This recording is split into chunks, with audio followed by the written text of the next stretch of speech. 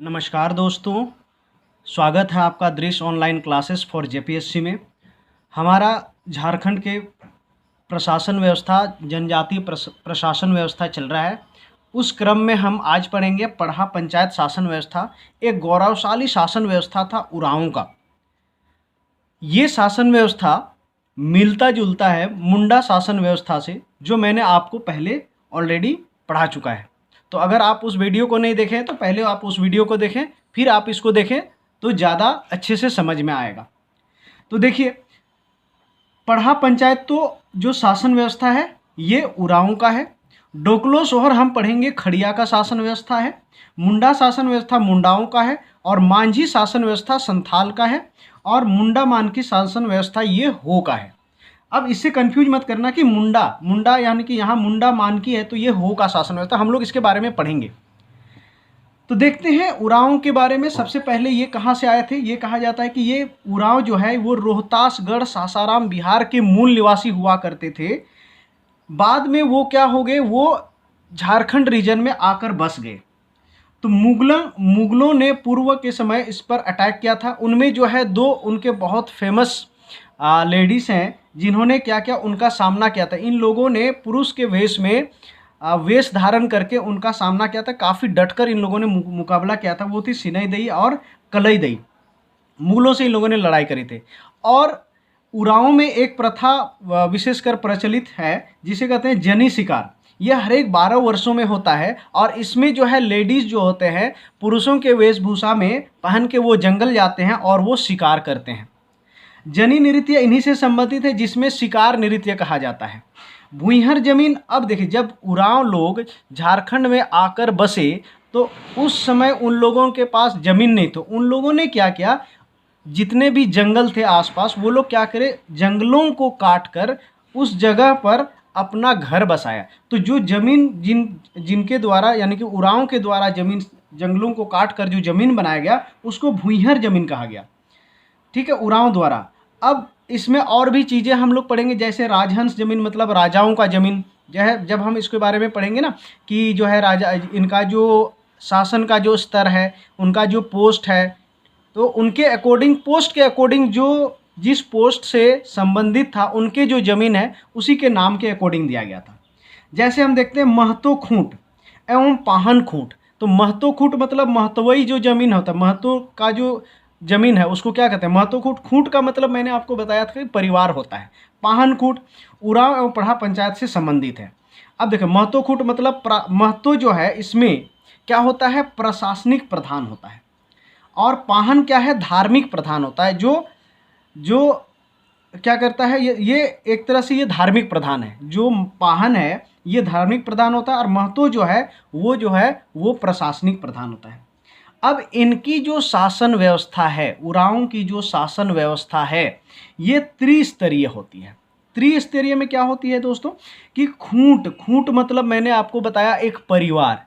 तो कई परिवार मिल के क्या होता है, एक गांव का निर्माण होता है। और चूंकि इन लोगों का जो जमीन है वो जंगलों को काटकर बनाया गया था और उनको क्या कहते हैं, भूइहर कहा जाता है। तो उनके गांव को भूइहर गांव कहा जाता है।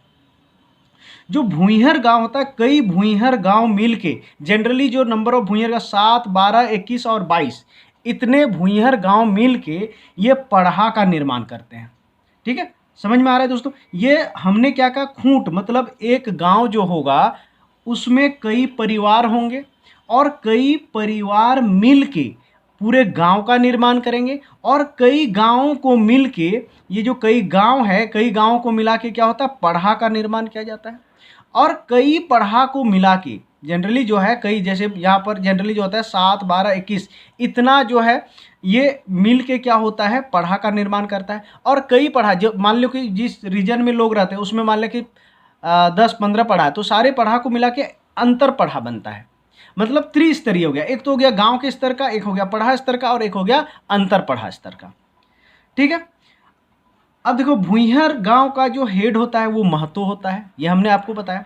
और इनका जो असिस्टेंट है, महतो का जो सहयोगी होता है वो होता है पाहन। ये अगर प्रेसिडेंट है गांव का तो ये क्या है, वाइस प्रेसिडेंट। अगर महतो कहीं चला गया या बीमार हो गया या कुछ इमरजेंसी में उसके पड़ गया तो उसके अनुपस्थिति में ये सारा काम कौन करेगा, ये वाइस प्रेसिडेंट यानी कि पाहन करेगा। अब देखिए महतो को जो जमीन दिया जाता था महतो का, अब इन लोगों में कोई टैक्स व्यवस्था नहीं था। जैसे कि आगे चलकर जैसे अभी हम देखते हैं कि टैक्स व्यवस्था है और हर एक जो पोस्ट था उसको सैलरी मिलता है, लेकिन दे वेर नॉट सैलरीड।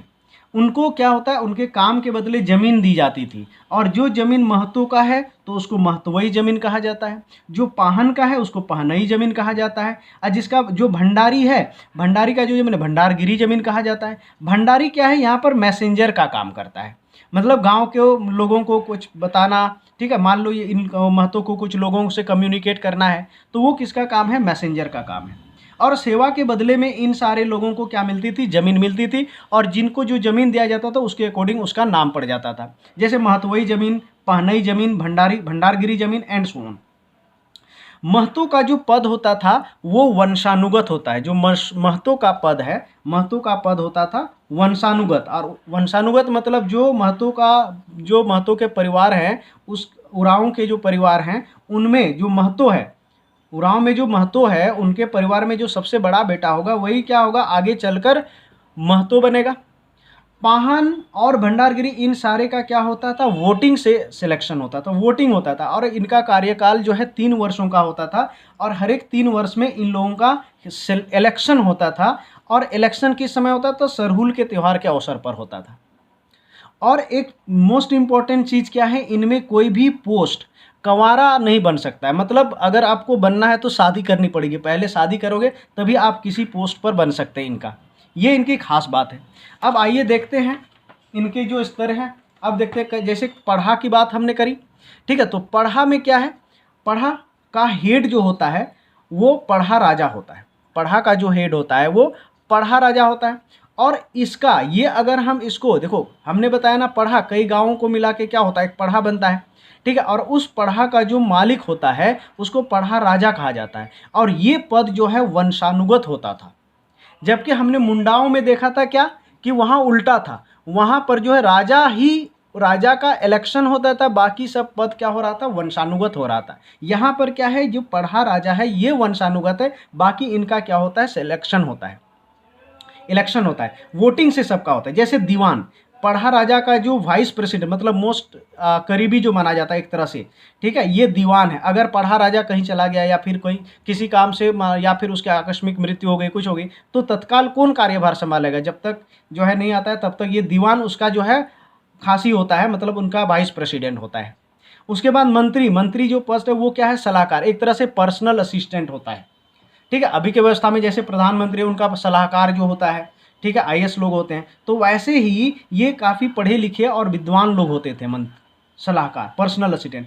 कोटवार का काम क्या है, मैसेंजर, मतलब पढ़ा का जो मैसेज है, मतलब जो है उसको गांव तक पहुंचाना, ठीक है, गांव को। अब देखो जो अब कोटवार जो है, कोटवार क्या, मैसेंजर है, और जिस गांव का ये कोटवार है, जिस गांव का ये कोटवार यानी कि ये मैसेंजर वाला जो आदमी जो इलेक्टेड हुआ है, उसके गांव को क्या कहते हैं, कोटवार गांव कहते हैं। और ये गांव जो है ना फिक्स नहीं होगा, क्यों, क्योंकि हर एक 3 साल में इलेक्शन होगा और उसके बाद वो बदलते रहता था, तो ये चीज़ फिक्स नहीं था। उसके बाद पैन भरा क्या होता है, कर्ता, मतलब मीटिंग का संचालन व्यवस्था देखना कि मीटिंग कैसे ठीक चल रहा है कि नहीं, ठीक है, सारा चीज़ जो संचालन होता है उनका ये काम है, किसका, पैन भरा। उसका गोड़ेत का काम होता है, 2 पक्ष, अगर किसी 2 पक्षों में विवाद हुआ, दोनों पक्षों को पास में बुलाना एवं प्रतिवादी को एक जगह पर बुलाना और उनके बारे में मतलब पंचायत में बुला के लाना, ये उनका काम है गोड़ेत का। अब देखिए जैसे 12 यहाँ पर हमने 12 गाँव को मिला के पढ़ा बनाया, ठीक है, पढ़ा राजा गांव को राजा गांव कहा जाएगा, जो राजा का गांव है। जैसे यहाँ पर अब देखो जो जिस गांव का जो है राजा है, मतलब ऐसे हमने बताया आपको पढ़ा बना कई गांव, मतलब 12 गांव मिलके मान लो एक पढ़ा का निर्माण हुआ, ठीक है, और जब 12 गांव मिलके जब पढ़ा का निर्माण हुआ तो उस गांव को, जिस गांव का वो पढ़ा राजा है, उसको राजा गांव कहा जाएगा। अब देखिए कई पढ़ा को मिला के अंतर पढ़ा बनता है, और जो अंतर पढ़ा मतलब कई पढ़ाओं का जो हेड होता है उसको पढ़ा दीवान कहा जाता है। He is the supreme head, जो पढ़ा दीवान है वही सबसे बड़ा मतलब हेड होता है पूरे का, ठीक है। आई होप आपको समझ में आ रहा है दोस्तों। अब देखिए एक टर्म आता है दूध भैया गांव, तो तो दूध भैया गांव क्या होता है, मान लो ये एक पढ़ा हो गया हमारा और ये पढ़ा हो गया, मतलब ये दोनों आपस में दो अलग अलग पढ़ा के हैं।